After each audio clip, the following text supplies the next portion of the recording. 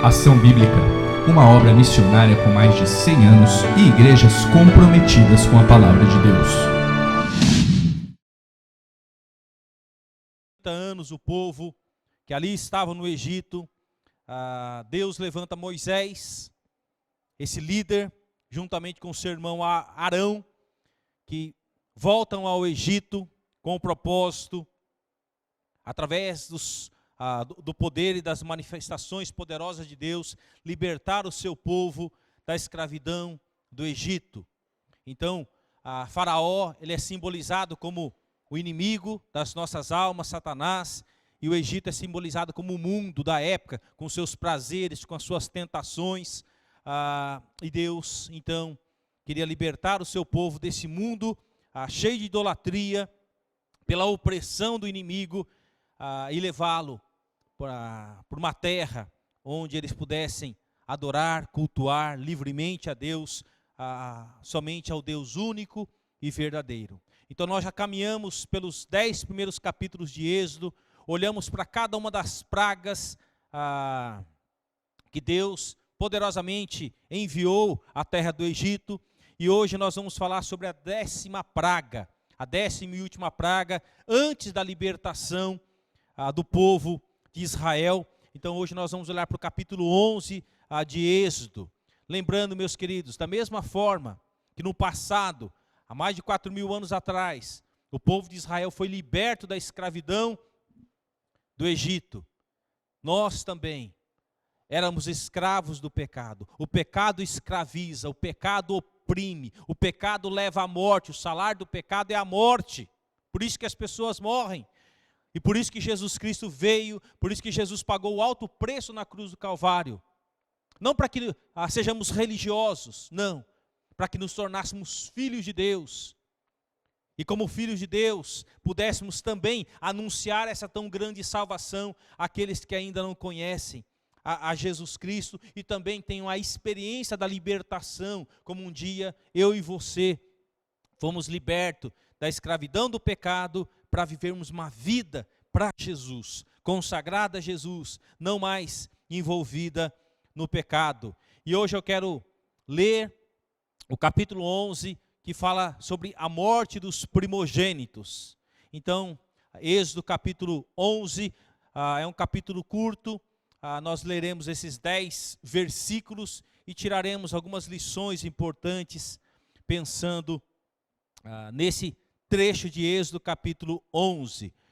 Então nos diz assim a palavra do Senhor: disse então o Senhor a Moisés: enviarei ainda mais uma praga sobre o Faraó e sobre o Egito. Somente depois desta, ele os deixará sair daqui até os expulsará totalmente. Diga ao povo, tanto aos homens como às mulheres, que peça aos seus vizinhos objetos de prata e ouro. O Senhor tornou os egípcios favoráveis ao povo, e o próprio Moisés era tido em alta estima no Egito, pelos conselheiros de Faraó e pelo povo. Disse, pois, Moisés ao Faraó: assim diz o Senhor, por volta da meia-noite, passarei por todo o Egito. Todos os primogênitos do Egito morrerão. Primogênito é o primeiro filho, tá? Todos os primogênitos do Egito morrerão. Desde o filho mais velho do Faraó, herdeiro do trono, até o filho mais velho da escrava que trabalha no moinho, e também todas as primeiras crias do gado. Haverá grande pranto em todo o Egito, como nunca houve antes, nem jamais haverá. Entre os israelitas, porém, nem sequer um cão latirá contra homem ou animal. Então vocês saberão que o Senhor faz distinção entre o Egito e Israel. Todos esses seus conselheiros virão a mim e se ajoelharão diante de mim, suplicando: saiam você e todo o povo que o segue. Só então eu sairei. E com grande ira, Moisés saiu da presença de Faraó. O Senhor tinha dito a Moisés: o Faraó não lhes dará ouvidos, a fim de que os meus prodígios se multipliquem no Egito. Moisés e Arão realizarão todos esses prodígios diante do Faraó, mas o Senhor lhe endureceu o coração e ele não quis deixar os israelitas saírem do país. Lembre-se que no último domingo nós falamos sobre as duas últimas propostas comprometedoras, né? Nós falamos sobre 4 propostas que Faraó fez para Moisés, sempre propostas que não eram exatamente aquilo que Deus falou, que era para sair todo o povo, caminho de 3 dias para adorar a Deus no deserto. Na semana passada nós falamos que ele permitiu que o povo saísse, mas primeiro fosse só os homens, mulheres, crianças e todos os animais ficassem na terra. Moisés falou não, ou seja, Faraó, assim como Satanás sempre quer separar a família, quer destruir a família. E depois, uma outra proposta, ele disse: podem ir os homens, as crianças, as mulheres, mas todos os seus bens materiais que vocês conquistaram ao longo de todos esses anos vai ficar na terra. Moisés também, essa não era a ordem divina, era tudo. Tudo que pertencia ao povo de Israel tinha que sair da terra do Egito. Então, nós falamos sobre os cuidados que nós temos que ter com as propostas comprometedoras. Cuidado com as falsas teologias. Cuidado com aqueles que muitas vezes pregam a palavra de Deus, torcendo a palavra de Deus. Ensinando aquilo que Deus não quis ensinar. Cuidado com os falsos profetas. Cuidado com os falsos apóstolos. Cuidado com os falsos ensinos dos nossos dias. Cuidado com aquilo que você ouve, principalmente na internet. Mensagens, tem aos montes. Cuidado, cuidado. Não abra mão da palavra de Deus. A própria palavra de Deus interpreta a própria palavra de Deus. Por isso que nós temos que meditar, por isso que nós temos que estudar, por isso que nós temos que conhecer, para não sermos enganados, para não cairmos em propostas comprometedoras do inimigo. Então, na semana passada eu ainda falei, quando o apóstolo Paulo fala: não vos ponhais em julgo desigual com os incrédulos. Então, o cristão não tem envolvimento com o incrédulo no sentido de namoro, casamento, trabalhos, ou seja, fazer sociedade com os incrédulos. Por quê? Porque um não teme a Deus, o outro teme a Deus. Por isso que Deus é muito claro. E muitas vezes a má interpretação é: mas eu estou namorando, eu estou noivado com essa pessoa, mas eu estou evangelizando ela para ganhar para Cristo. Você está desobedecendo a palavra de Deus. Isso não é programa de evangelismo. O Filho de Deus, ele obedece a palavra de Deus na sua literalidade. E quando nós obedecemos a palavra de Deus, Deus nos abençoa. O capítulo 11 de Êxodo representa um dos momentos mais críticos na narrativa da libertação dos israelitas no Egito. Nesse trecho, Deus anuncia a última e a mais devastadora praga, a morte dos primogênitos no Egito. Das 10 pragas, rã, piolho, úlcera, trevas, todas as pragas que nós vimos, estudamos, essa praga é terrível, porque afetava diretamente os filhos, os primogênitos, e principalmente o filho de Faraó, herdeiro ao trono do Egito. Deus, na sua graça, ele deu oportunidades para Faraó libertar o povo. E cada vez mais o seu coração foi se endurecendo. E de forma alguma ele queria libertar o povo. Da mesma forma, meu querido, quanto mais você deixa de orar, quanto mais você deixa de ler a palavra de Deus, quanto mais você deixa a comunhão da igreja, mais o seu coração ficará duro. E é muito fácil nós colocarmos a culpa dos nossos erros, das nossas escolhas pecaminosas, acusando outras pessoas, ou mesmo acusando o próprio Deus. Então, e nesse texto nós vemos que essa última praga seria a praga definitiva em que Faraó então libertaria definitivamente o povo de Israel. E este evento, carregado de significado espiritual e histórico, prepara o terreno para a libertação definitiva do povo de Israel, mostrando a soberania de Deus e a justiça em resposta à opressão. Mostrando claramente para Faraó e para todo o Egito que Deus, Ele é o único Deus, o Deus Todo-Poderoso, que com mão poderosa Ele age sobre a história, Ele age na terra, Ele age sobre a vida dos homens. A minha libertação, a sua libertação custou um alto preço. A minha libertação e a sua libertação não foi de graça. Nós a recebemos pela graça, como presente de Deus, mas ela custou a vida do seu Filho Jesus.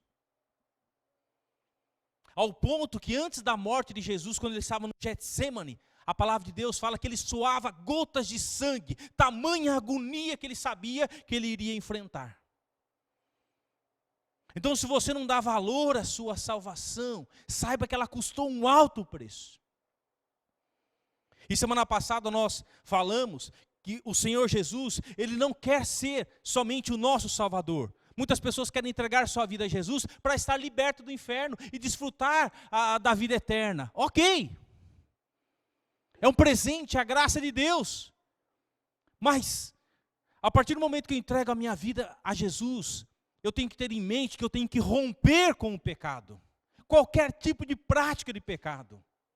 Por isso que Jesus, Ele não somente quer ser o nosso Salvador, Ele quer ser Senhor das nossas vidas. Ele quer reinar no nosso coração, nas nossas decisões e nas nossas escolhas. Muitas pessoas querem Jesus como Salvador, mas não quer Ele como Senhor da sua vida. E é tão importante nós falarmos sobre o senhorio de Jesus Cristo na vida do cristão. Aquele que governa o nosso coração e as nossas decisões. Uma das características que mostra que Jesus ainda não é Senhor da sua vida, são pelas suas escolhas. Se você realmente ama ler a palavra de Deus, se você realmente tem uma vida de oração, se você tem uma vida de comunhão na igreja, se você está envolvido na obra do Senhor, se você tem prazer de dar testemunho para as pessoas que ainda não conhecem Jesus, isso mostra se Jesus é Senhor ou não da sua vida. Nós muitas vezes queremos ficar justificando os nossos pecados e as nossas escolhas pecaminosas. Meus queridos, nós acabamos de cantar um belo hino, talvez um dos mais belos hinos da história, que fala sobre a santidade de Deus. Santo, santo, santo é o Senhor dos exércitos. Se você pegar na história bíblica, todas as pessoas que tiveram um encontro com a glória de Deus, ou tiveram uma visão da glória de Deus, todos eles caíram por terra, temendo terrivelmente morrerem, porque eles estavam diante daquele que é santo, santo, santo. Isaías, quando teve a visão da glória, ele disse: ai de mim, Senhor, ai de mim, sou pecador e habito no meio de um povo de impuros lábios.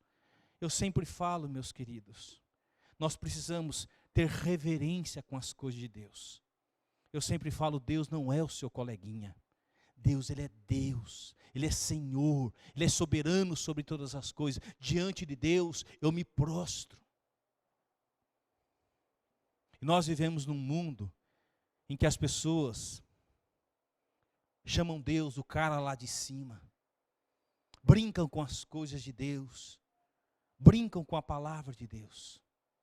E com a palavra de Deus, com o nosso Deus, nós temos que ter temor e tremor. Alguns anos atrás, eu tive num acampamento cristão de adolescentes, não aqui no MAB, lá em Caldas Novas. Eu estava naquele acampamento, tinha mais ou menos umas 120 adolescentes. E depois que terminou o estudo, então a molecada sai para ir brincar, tudo. E eu lembro que eu estava sentado do lado de um grupo de adolescentes. E um daqueles adolescentes, em determinado momento, antes de sair, ele colocou a Bíblia no chão. Né? E eu observei. E veio um outro adolescente, pegou a Bíblia do chão e a colocou no banco. Eu só observando. Aí eu me aproximei daquele adolescente. Falei, por que você fez isso? E ele disse para mim, porque a palavra de Deus não é digna de ficar no chão. Uau! Que lição! Que verdade tão profunda, aquele menino tão novo já dizia. Ou seja, entendendo o valor da palavra de Deus.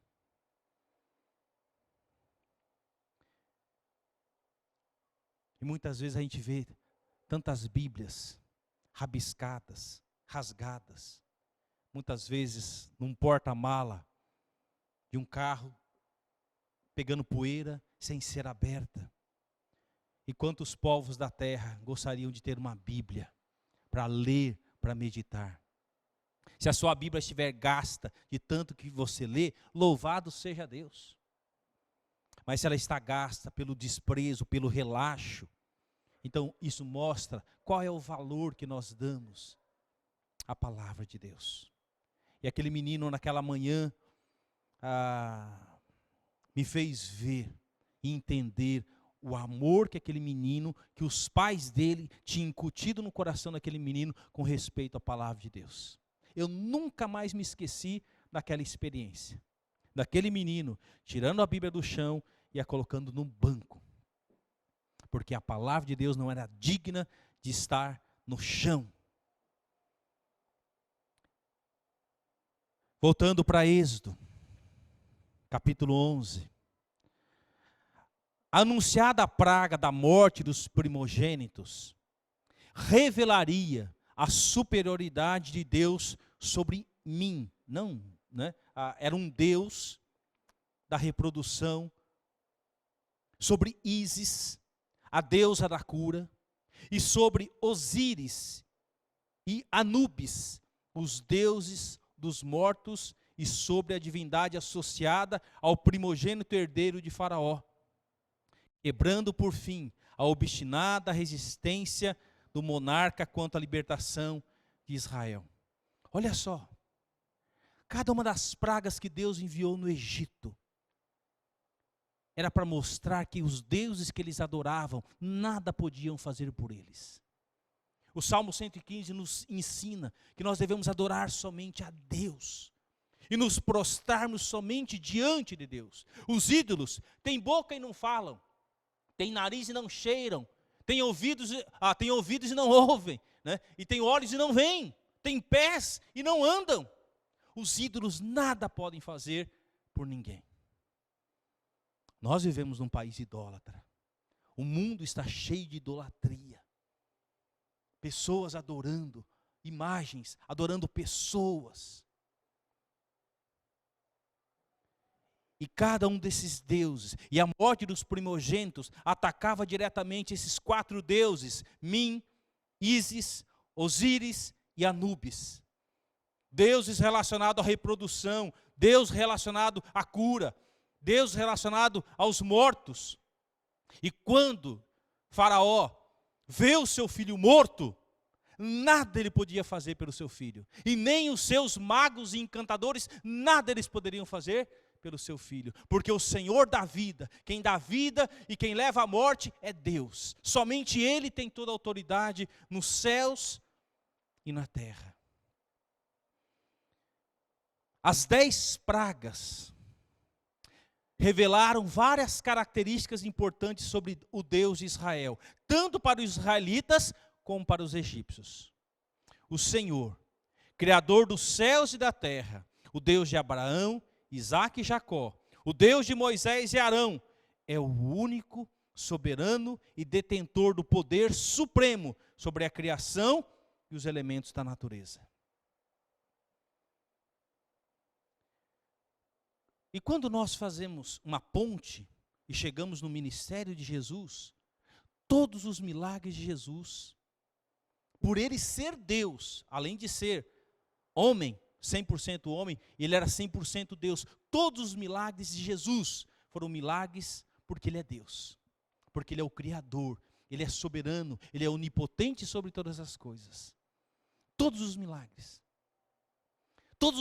que eu e você provarmos na nossa vida, não é por causa da nossa capacidade, por causa da nossa religiosidade, mas é porque o nosso Deus, ele é o Deus Todo-Poderoso, o Deus que age, o Deus que transforma, o Deus que faz parar o sol, o Deus que faz retroceder 15 graus a sombra, como lá no caso do rei Ezequias. O Senhor, Criador dos céus e da terra. Ele também tem em suas mãos o coração de reis e governantes, e endurece ou amolece os que ele quiser. Esse Deus é justo, não tolera o mal e julga com poder os opressores de seu povo santo. Meus queridos, olha para a história. Todos os grandes impérios acabaram. Babilônico, persa, romano. Os poderosos da terra caíram. Talvez você, diante desse mundo, diante daquilo que nós temos visto nos nossos dias, seja no nosso país, seja na guerra Rússia e Ucrânia, seja aquilo que acontece ao redor do mundo, nada foge à soberania de Deus. E nada foge à justiça de Deus. A justiça de Deus, ela pode tardar, mas ela não falha. E a justiça de Deus, ela é perfeita. Aqueles que estão roubando, aqueles que estão oprimindo, aqueles que estão fazendo o mal, pensando só em si, vocês podem ter certeza absoluta que a justiça de Deus virá. Mesmo que a nossa justiça seja cega, mesmo que a nossa justiça, ela seja parcialista, ela só olhe para um lado e não olhe para o outro. Nós vivemos num mundo de injustiça. Talvez você que está aqui já se sentiu injustiçado muitas vezes. O povo ficou 430 anos no Egito, mas Deus não se esqueceu do seu povo. Jamais, nem um dia, nem um segundo sequer. E a justiça de Deus, ela veio. Esse Deus é justo, não tolera o mal e julga com poder os opressores do seu povo santo. Deus julga, Deus trata, Deus vai lidar com cada um individualmente. Você pode ter certeza disso. Nada passa despercebido aos olhos daquele na qual nós temos que prestar contas. Aquilo que você faz escondido, Deus vai trazer à tona. Não se engane, meu querido. Deus não se importa com a nossa religiosidade. Deus se importa com a nossa santidade, o desejo de viver uma vida santa, de colocar a vida em ordem, de perdoar quando é necessário perdoar, de não falar mal do próximo, de ajuntar em vez de querer espalhar. Deus está ao lado daqueles que querem viver uma vida santa. As pragas também revelam o compromisso de Deus com sua aliança. Por isso ele age cumprindo a promessa feita a Abraão de libertar os seus descendentes da escravidão. Cada praga, portanto, reforça o propósito de Deus em proteger e libertar seu povo escolhido, evidenciando sua fidelidade e aliança. O nosso Deus é um Deus de aliança. É um Deus que cumpre aquilo que ele promete. O livro de Números fala que Deus não é homem para que minta, nem filho de homem para que se arrependa. Quantas alianças são quebradas?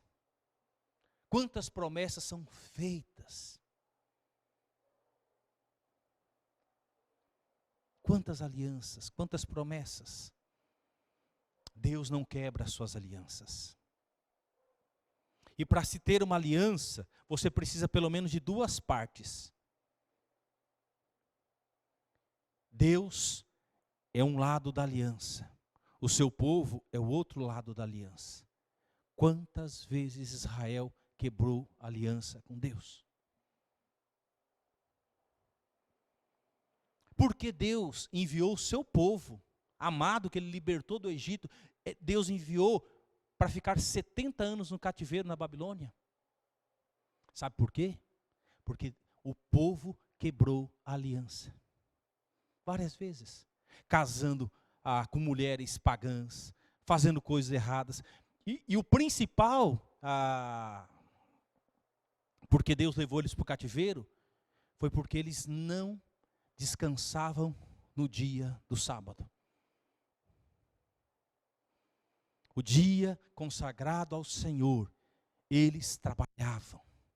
Eles faziam vistas grossas para o mandamento de Deus.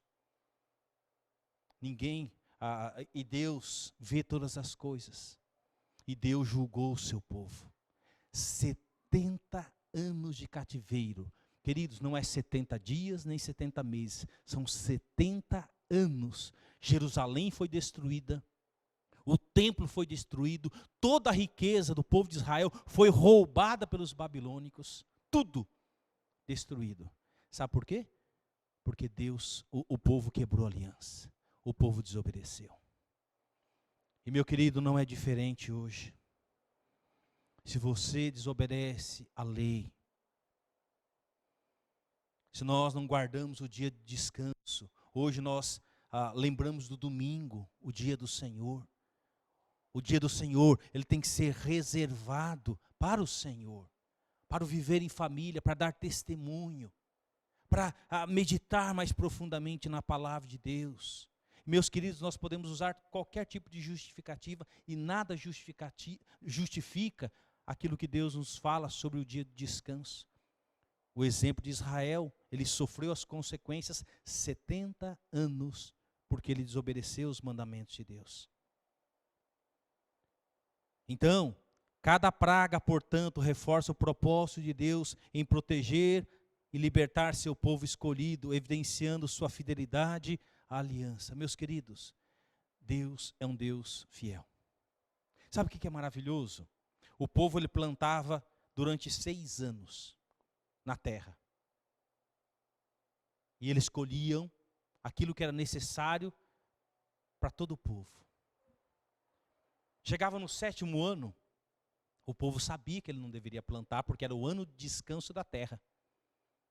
No 6º ano, Deus dava a colheita dobrada, para que eles tivessem que comer no 6º ano e no 7º ano. É lindo, não é lindo? Deus não deixava faltar. Mas sabe o que o povo fazia? Não, nós não podemos deixar a terra descansar, vamos plantar. Ou seja, o egoísmo só pensava em si. E veio as consequências. Então, meus queridos, Deus cuida porque Ele é fiel. Ele promete cuidar de nós nos mínimos detalhes. E por incrível que pareça, as pragas também revelam a paciência e misericórdias divinas. Apesar de o faraó continuamente endurecer o coração e negar a liberdade ao povo de Israel, Deus decretou uma série de oportunidades para o soberano do Egito se arrepender antes de desencadear as pragas mais devastadoras, como a morte dos primogênitos. Isso mostra a paciência divina, mesmo diante da desobediência e do orgulho. Lá atrás, Moisés foi procurar Faraó e conversar com Faraó. O meu Deus, o Deus Abraão, Isaque e Jacó, o Deus Todo-Poderoso, o Deus que vocês não temem, Ele está dizendo para você libertar o povo. E Faraó falou, de jeito nenhum, não liberto. E continuou a opressão. E Deus então enviou as pragas. Talvez você possa dizer, pastor, não é bem assim, né? Eu faço o que faço, mas Deus é um Deus de graça. Sabe, se a disciplina não veio até então, é porque Deus está usando de paciência. Mas isso não quer dizer que Deus está fazendo vistas grossas para o nosso pecado. Você pode ter certeza que não. Deus jamais faz vista grossa para os nossos pecados. E a disciplina virá. Quando você menos esperar, a disciplina virá. E muitas vezes, meus queridos, para muitos é tarde demais. Para muitos é tarde demais. Mas Deus dá a oportunidade do arrependimento. Deus dá a oportunidade do arrependimento, sabe por quê? O nosso Deus é um Deus paciente. Mas a paciência de Deus, ela tem limite. A paciência de Deus, ela tem limite. E a justiça dele vai ser aplicada. As pragas permitiram ainda que se perceba a distinção que Deus faz entre o seu povo escolhido e os demais povos. Em várias pragas, especialmente a partir da quarta, Deus distinguiu entre os israelitas, o povo da aliança, e os egípcios, os opressores do povo da aliança, preservando o seu povo dos efeitos das pragas. Isso revelou que Deus protegeu e cuidou dos que guardaram sua aliança, reforçando a identidade de Israel como sua nação especial. Queridos, eu nunca ouvi testemunhos de filhos de Deus que obedeceram a palavra de Deus e que Deus não tenha cuidado, não tenha suprido suas vidas e suas necessidades. Por quê? Porque Deus é fiel. Ele cuida de cada detalhe quando há obediência dos seus filhos. Por isso que lá em Mateus 6, 33, Jesus fala: buscai, pois, em primeiro lugar, o reino de Deus e a sua justiça, e todas as outras coisas vos serão acrescentadas. Agora pensemos na nossa vida. Será que nós buscamos diariamente o reino de Deus? Em primeiro lugar? Ou será que nós buscamos o nosso reino em primeiro lugar? Como diz, né? Eu tenho que matar um leão a cada dia. É Deus que vai te ajudar. É Deus que vai suprir. Isso não quer dizer que você tem que ficar de braço cruzado na sua casa, esperando as coisas caírem. Não. Você tem que fazer a sua parte, mas sendo obediente e fiel a Deus. E Deus cuida de cada detalhe.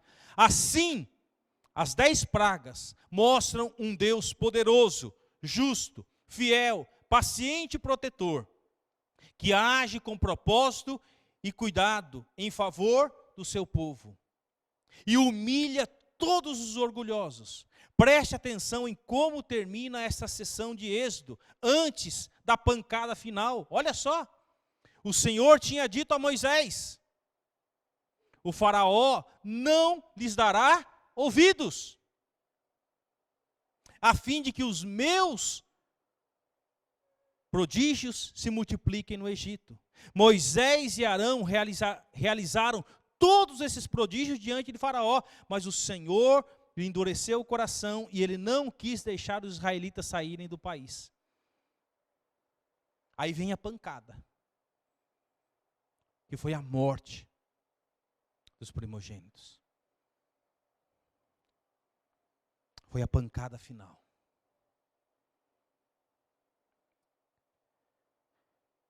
Essa declaração mostra a certeza da ação de Deus. Após anos de escravidão e meses de resistência do faraó, o povo de Israel finalmente experimentaria a liberdade. No entanto, o preço seria alto para os egípcios. Seria alto. A morte de todos os primogênitos no Egito. Queridos, tenta imaginar o choro, a gritaria naquela noite no Egito, quando todos os primogênitos estavam mortos. Todos. Nenhum escapou. Nenhum escapou. Todos morreram. A ação de Deus na história. Deus ordena que os israelitas peçam aos egípcios objetos de prata e ouro. Esse pedido, aparentemente incomum, tinha um propósito. Os israelitas estavam recebendo o pagamento pelos anos de trabalho forçado. Além disso, a riqueza dos egípcios serviria para sustentar o povo de Israel na jornada pelo deserto e na construção do tabernáculo mais tarde. Os egípcios deram para eles prata e ouro antes deles ir embora, por todos esses anos. Não foi em vão todo o trabalho durante aqueles anos de escravidão no Egito. Interessante notar que Deus tornou favorável o povo aos olhos dos egípcios. Apesar das pragas, muitos egípcios reconheceram a justiça de Deus e ajudaram os israelitas voluntariamente. Moisés, como líder, também ganhou respeito tanto entre os israelitas quanto entre os egípcios. Ou seja, um líder ditador que oprimia o seu povo. Eu falei semana passada, observa os países onde há ditadores. Observa os lugares, empresas, igrejas, onde há ditadores. Quem sofre? É o povo. Faraó, ele era um ditador, ele era um Deus para o povo egípcio. Um Deus imortal. Por isso que os egípcios, os faraós, quando morriam, eles eram enterrados onde? Lá nas pirâmides, e colocavam o quê? Toda a sua riqueza. Porque eles acreditavam que o faraó era um Deus, e que ele poderia voltar à vida. O que aconteceu foi que muitas das riquezas dessas pirâmides foram invadidas e roubadas por ladrões. E nenhum faraó voltou à vida. Deus torna favorável o povo de Deus. Deus protege, Deus guarda, Deus sustenta o seu povo. Outro detalhe interessante do texto: a 10ª praga não apenas atinge a estrutura familiar do Egito, mas também tem implicações espirituais. O primogênito, em muitas culturas antigas, representava a continuidade da família, a herança e a bênção. Era o primogênito que iria cuidar da família. Na ausência do pai e da mãe, era o filho mais velho que era responsável pela família. Em muitas culturas. Ao atingir os primogênitos, Deus estava mostrando que o poder e a segurança do Egito não poderiam se opor à sua autoridade. A autoridade de Deus. Outro ponto significativo do capítulo 11 é a distinção que Deus faz entre os israelitas e os egípcios. Enquanto a praga devastaria os lares egípcios, nenhum mal alcançaria o povo de Israel. Essa separação tinha um propósito claro: mostrar que o Deus de Israel era diferente dos deuses egípcios, que havia falhado em proteger o seu povo. Queridos, nenhum primogênito do povo de Israel morreu naquela noite. Era um povo de 2 milhões, então havia muitos primogênitos. Nenhum deles morreu. E nós vamos ver no próximo culto por que eles não morreram. Porque eles tiveram que sacrificar um animalzinho, um cordeiro, separado do rebanho, macho, sem defeito, e a morte daquele cordeirinho, eles pegavam o sangue e passavam no umbral da porta, porque naquela noite o anjo do Senhor passaria pela terra do Egito, e onde havia a marca do sangue, o primogênito daquela casa não morreria. É ali no Egito, que nós vamos ver no próximo culto, que acontece a primeira Páscoa, porque a palavra Páscoa significa passagem. Foi quando o anjo do Senhor, o anjo vingador do Senhor, passou pela terra do Egito, e todos os primogênitos do Egito morrem, mas os primogênitos do povo de Israel ficam vivos. Por quê? havia a marca do sangue.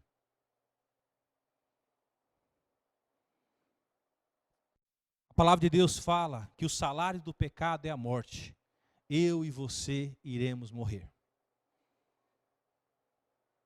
Só uma coisa nos livra da morte eterna ao inferno: ter a marca do sangue. Ter crido em Jesus Cristo como Salvador e Senhor das nossas vidas. Vir à igreja não basta. Frequentar a igreja não basta. Servir a igreja não basta. Ser dizimista fiel não basta. Nada disso basta. Fazer obras, nada disso. A única maneira que eu e você temos de não morrermos a morte eterna, estarmos separados eternamente de Deus, é a marca do sangue. É termos a marca do sangue de Jesus Cristo nas nossas vidas. Nenhum primogênito morreu na terra do Egito, porque o anjo, ao passar, ele viu a marca do sangue naquela casa. E aquela casa estava protegida pelo sangue. Lições espirituais para nós caminharmos para o final. Primeiro, a justiça de Deus. A 10ª praga é um lembrete de que Deus não ignora a injustiça. O sofrimento prolongado dos israelitas foi respondido com ações decisivas. Embora o juízo possa parecer severo, ele é proporcional à gravidade da opressão. Foram anos e anos que Faraó oprimiu o povo. A justiça de Deus é perfeita e ela é proporcional à gravidade da opressão. Deus não ignora a injustiça. Segundo, a obediência de Moisés. Moisés exemplifica a obediência total a Deus, mesmo quando enfrentava o Faraó, o homem mais poderoso do Egito. Sua coragem e fé são uma inspiração para líderes em todas as gerações. Ele obedeceu a ordem divina e não negociou com o Faraó. As 4 propostas que ele faz para Moisés, Moisés não negocia. Queridos, eu e você não podemos negociar a palavra de Deus com ninguém. Nós não podemos mercadejar a palavra de Deus. Nós não podemos fazer barganhas com Deus. Cuidado com essas teologias de pessoas que fazem barganhas com Deus, negociatas com Deus. Ah, Deus, se o Senhor fizer isso, eu prometo que eu vou fazer aquilo. Não. Nós temos que nos aproximar diante de Deus com fé e apresentar as nossas necessidades e a vontade dele que vai prevalecer. Cuidado com campanhas. Ah, se você fizer a campanha X, a campanha Y, fizer isso, aquilo outro, isso vai acontecer. Cuidado. A gente não vê isso na palavra de Deus. A gente vê exemplos de homens e mulheres de fé que se aproximavam de Deus e traziam suas necessidades e as suas causas diante de Deus. É claro que temos que orar. É claro que temos que jejuar diante de Deus. Qual foi a última vez que você jejuou diante de Deus por uma causa? Qual o valor que eu e você damos à oração, ao clamor, à súplica? Há libertações que só vêm através de muita oração, de muita súplica, de muito jejum. Lembra que os discípulos, em certo momento, encontraram pessoas endemoniadas e chegaram diante de Jesus e falaram: Jesus, nós não conseguimos libertá-los. E Jesus os repreende por causa da falta de fé. E Jesus fala da importância do jejum e da oração. O jejum não é para você fazer, você usa como objetivo para emagrecimento. O jejum é você se abster de algo, para você estar conectado com Deus. Por exemplo, você pode fazer jejum do celular. Eu vou ficar um dia sem usar meu celular, não vou tocar no meu celular, para me dedicar à vida de oração, para buscar a Deus. Pode ser quem for que me ligue, que mande mensagem. Eu estou consagrado ao meu Deus. O jejum, muitas pessoas pensam que é só se abster de comer algumas coisas. O jejum é muito mais profundo que isso. E muitas vitórias vêm através da oração e do jejum, do clamor a Deus.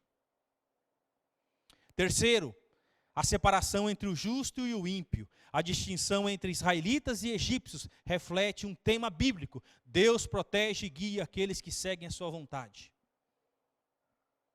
Nunca se esqueça disso.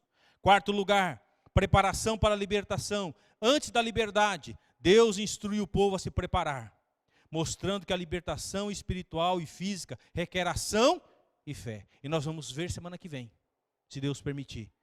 Exige ação e fé. Eles não estavam dormindo lá aquela noite, lá nas suas camas. Vamos levantar. Não, eles tinham que estar prontos. Porque quando fosse dada a ordem, eles tinham que sair. Ação e fé. Ação e fé. Ação e fé. Essas duas vertentes andam juntas. Ação e fé. Ação e fé.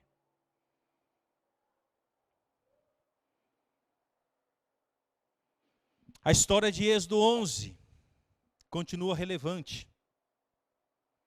Em um mundo onde a injustiça e a opressão ainda existem, este capítulo nos lembra que Deus é justo e age no tempo certo. Além disso, a obediência e a fé de Moisés nos ensina a confiar em Deus, mesmo diante de desafios aparentemente insuperáveis. Confie em Deus. Entregue sua casa a Deus. Espere em Deus. Você vai ver o agir de Deus.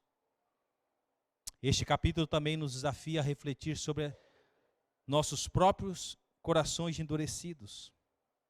Será que estamos resistindo ao chamado de Deus em alguma área da nossa vida?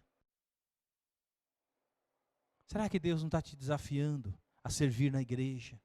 Será que Deus não está te desafiando a ser fiel na leitura, fiel na oração, fiel nos seus dízimos e ofertas? A história de Faraó nos adverte sobre as consequências de ignorar a voz divina. Talvez você tenha ignorado o chamado de Deus. Talvez você tenha ignorado os alertas que Deus tem te dado. Cuidado. Deus, a justiça de Deus, ela vem. Ele nos dá a oportunidade. Cuidado para que você não tenha um coração endurecido. Onde a palavra de Deus, a semente, ela não penetra mais. Seu coração está frio, gelado. Seu coração está duro como uma pedra. Cuidado. Cuidado. Assim como os israelitas, todos nós enfrentamos momentos de dificuldade e espera. No entanto, este capítulo nos assegura que Deus ouve o clamor do seu povo e age para trazer libertação. Mesmo nas circunstâncias mais sombrias, há esperança para aqueles que confiam em Deus. Deus, então, liberta o seu povo para andar com Deus. E se Deus permitir, no próximo domingo nós iremos olhar para o capítulo 12. Um capítulo espetacular que mostra como foi a libertação do povo de Israel naquela noite. Depois de 430 anos, eles saíram do Egito, rumo ao deserto para adorar a Deus, o Deus Todo-Poderoso. E ali vai começar uma nova história na vida desse povo que Deus libertou com mão poderosa. Então, meus queridos, que Deus nos transforme. Que nós não tenhamos um coração duro, que nós não sejamos desobedientes à vontade de Deus, mas que nós possamos repensar as nossas escolhas, que nós possamos repensar as nossas decisões, o que nós fazemos com o nosso tempo, o que nós fazemos com o nosso corpo, o que nós fazemos com os recursos materiais que Deus nos dá. O Senhor Jesus, Ele é Salvador apenas da sua vida, ou Ele é Senhor da sua vida? Enquanto Jesus não for Senhor absoluto da sua vida, nada vai mudar. Você vai continuar vindo à igreja, ouvindo, voltando para casa e continuando a fazer as coisas erradas, sendo estúpido, seu cônjuge, maltratando seus filhos, sendo desonesto no trabalho, fazendo as coisas erradas. Mas a partir do momento em que Jesus se torna o seu Salvador e o Senhor da sua vida é transformada. Você vai olhar para o seu cônjuge de maneira diferente. Você vai olhar para os seus filhos de maneira diferente. Você vai agir no seu trabalho de maneira diferente. Você vai lá na sua escola, na sua faculdade, você vai ser um aluno diferente. Na igreja você vai ser um cristão diferente. Ou seja, a nossa vida vai ser transformada radicalmente. Amém? Fechemos os olhos em oração. Senhor Deus, obrigado pela tua palavra exposta. Só o teu Espírito pode aplicar a tua palavra aos corações. Nós vimos nessa noite, Senhor Deus, esse relato de Êxodo 11, a última praga, como ela seria, e as implicações da morte dos primogênitos e a libertação definitiva do povo de Israel da escravidão do Egito. O mesmo inimigo que operava lá no Egito é o mesmo inimigo que opera hoje. O mesmo inimigo que oprimia no passado é o mesmo inimigo que oprime hoje. O mesmo mundo que queria impedir que o povo adorasse a Deus é o mesmo mundo de hoje que, através de tantas coisas, quer nos impedir de adorarmos a Deus, de servirmos ao nosso Deus, de sermos fiéis ao nosso Deus. Vivemos em dias, Senhor Deus, em que tantos cristãos são apenas nominais. Mas, ó Deus, o Senhor não está atrás de crentes nominais. O Senhor está atrás de filhos e filhas que têm o Senhor Jesus como Salvador, que têm o Senhor Jesus como Senhor da sua vida, que têm o seu coração totalmente consagrado e entregue nas tuas mãos, para que o Senhor cumpra a tua vontade. O inimigo vai encher a nossa agenda de coisas para fazer, para não pensarmos em Deus.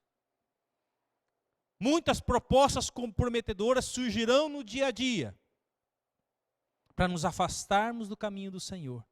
E nós temos que nos posicionar como filhos de Deus, sempre orientados pela tua palavra, para nos mostrar o caminho e a direção a seguir.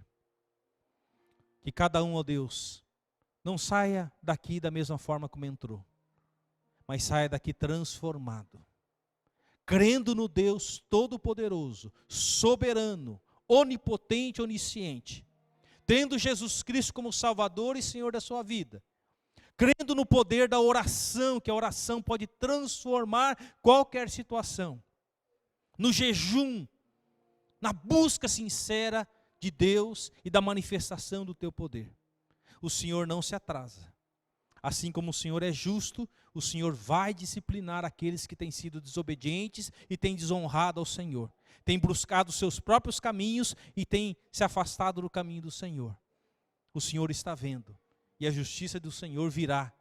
Ó Deus, não porque o Senhor é um Deus cruel, mas é porque o Senhor é um Deus que dá oportunidade, mas quando elas são rejeitadas, quando o coração está duro, a disciplina vem. Tem misericórdia, Senhor. Nós pedimos em nome de Jesus. Amém.